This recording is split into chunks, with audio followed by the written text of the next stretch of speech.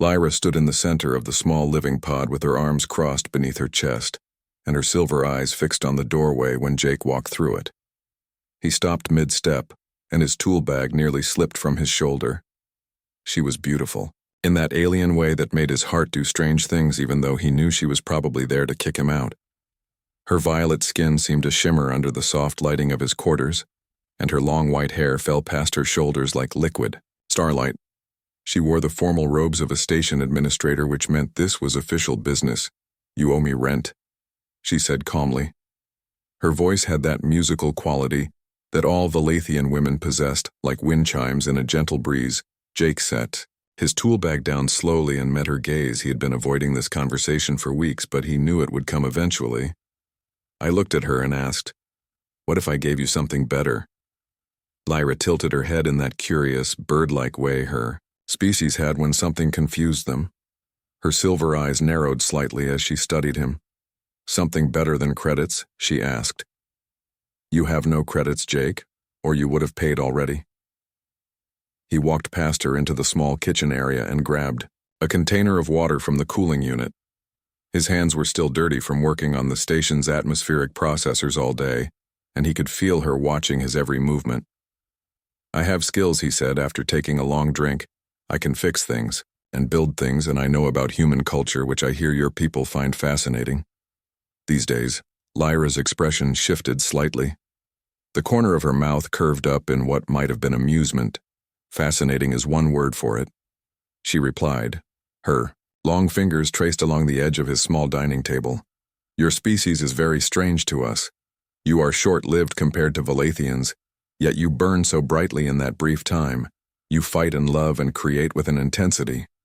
We do not understand." Jake leaned against the counter, watching her move through his space.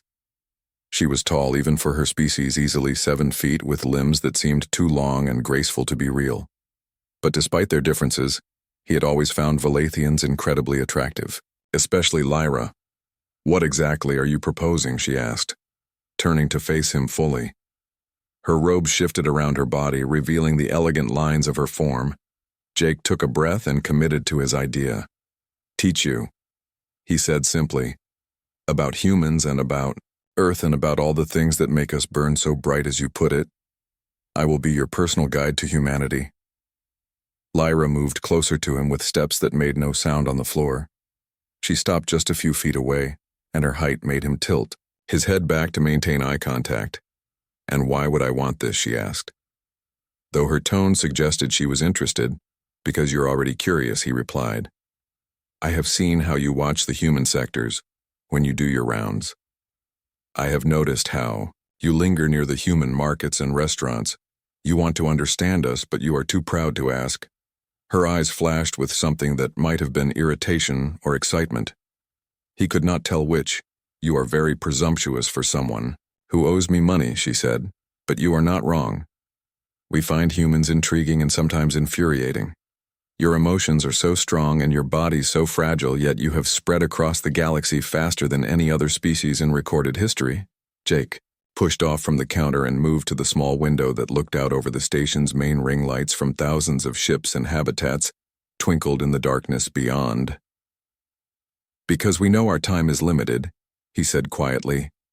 "We do not have centuries to make decisions or lifetimes to wait for the perfect moment. We live and we make mistakes and we keep moving forward. That is what makes us human." Lyra joined him at the window, standing so close he could feel the warmth radiating from her. Body Valathians ran hotter than humans. Something about their metabolism that scientists had explained to him once. 3 months' rent," she said. "That is what you owe. For that. I want 3 months of your time. Every evening after your shift, you will teach me about humanity. No topic is forbidden, and you will answer all my questions honestly." Jake turned to look up at her and found her already looking down at him. Her silver eyes seemed to glow in the dim light. "Deal," he said, and held out his hand. She looked at his offered hand with confusion. "What is this gesture?" she asked. "A handshake," he explained. "It is how humans seal agreements. You grasp my hand, and we shake them up and down.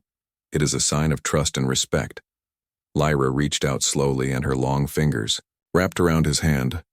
Her skin was warm and incredibly soft despite looking like it should feel more reptilian. He shook their joined hands gently and she mimicked the motion with a small smile. "This is very strange," she said, but she did not let go immediately. "Your hands are so small and rough." Jake laughed. "Rough from working with tools all day," he said. "Not all of us get to wear fancy robes and collect rent." She released his hand finally and stepped back. "Tomorrow evening." Then she said, "I will come here after the station's main shift change and you will begin my education. Do not disappoint me." Jake, with that, she turned and walked toward the door.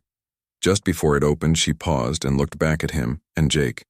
She added, "Thank you for the offer. It is more interesting than simply evicting you." Then she was gone and the door slid shut behind her, leaving Jake alone in his small pod. He looked down at his hand where he could still feel the warmth of her touch and wondered what exactly he had just agreed to.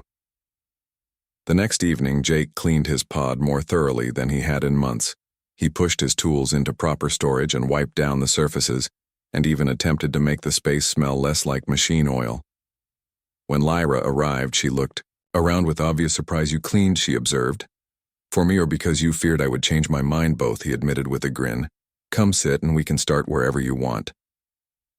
They sat on the low couch that had come with the pod and Lyra folded her long legs beneath her in a way that should have been impossible. So she began, "Tell me about human families. How do you choose your mates and raise your offspring?" Jake spent the next 2 hours talking about human relationships and families and all the complicated, messy, beautiful ways humans connected with each other. Lyra listened with intense focus, asking questions that showed she was truly trying to understand, not just collecting facts. As the days turned into weeks, their evening sessions became the highlight of Jake's routine. He taught her about human food and music and art. He explained sports and competition and why humans seem to love challenging themselves unnecessarily. He told her about Earth's history, both the glorious and the terrible parts in return. Lyra began to open up about Valathian culture. She explained how her people lived for centuries, which made them cautious and slow to change. She told him about Valathian art, which focused on patience and the passage of time. She even admitted that many Valathians found humans attractive in a forbidden, exciting way. One evening, almost 2 months into their arrangement, Lyra arrived looking troubled. "What is wrong?" Jake asked immediately. She sat down heavily, and her usual grace seemed diminished. "I have been thinking," she said slowly, "about how short human lives are. You have perhaps 60 or 70 more years if you are fortunate. I will live another 500 years at least." Jake nodded.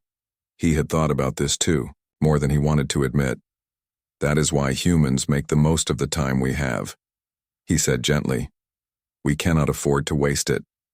Lyra looked at him with those silver eyes and he saw something vulnerable there. "But what if I do not want to waste time either?" she asked quietly. "What if I have found something worth burning brightly for, even if it is brief?" Jake's heart hammered in his chest as he understood what she was saying. The air between them felt charged with possibility. "Then maybe you should take your own advice," he said softly. "Do not wait for the perfect moment because it will never come. Just live and make your choice and keep moving forward." Lyra reached out and her long fingers touched his face with incredible gentleness. "Your face is so small," she murmured, "and your life will be so short. But I think perhaps that makes it more precious, not less." Jake covered her hand with his own. "I still owe you 1 more month of rent," he said with a small smile. Lyra laughed, and it was like music. "Then, I suppose you will have to stay," she replied, "and perhaps after that month you can stay for another reason entirely." They sat together on the small couch, 2 very different beings from different worlds and different timelines. But in that moment on a space station hanging in the darkness between stars, they found something that transcended all those differences. Later, Jake would think that this was very human of them, to find connection in unlikely places and to choose hope over fear. And Lyra would think that perhaps humans had the right idea after all about burning brightly and living fully, and not wasting a single precious moment. The rent was never mentioned again.